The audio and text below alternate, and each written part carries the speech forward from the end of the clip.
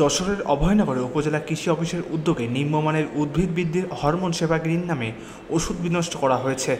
বৃহস্পতিবার 22 মে তালতলা খেয়াঘাট এলাকায় 4 বোতল 100 মিলি ওষুধ জনসমূহকে ধ্বংস করা হয়।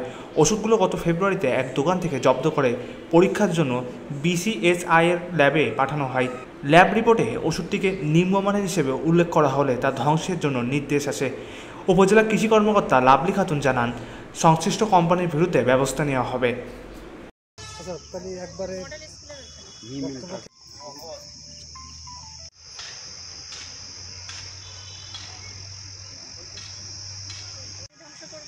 আমার বাড়ি থেকে প্রত্যেক জায়গায় এই কপি দিয়ে দেওয়া হবে, যাতে এইটা কেউ বাজারজাতকরণ না করে বা স্টকে না থাকে, এবং কোম্পানিকে এটার জন্য জবাবদিহি করতে হবে।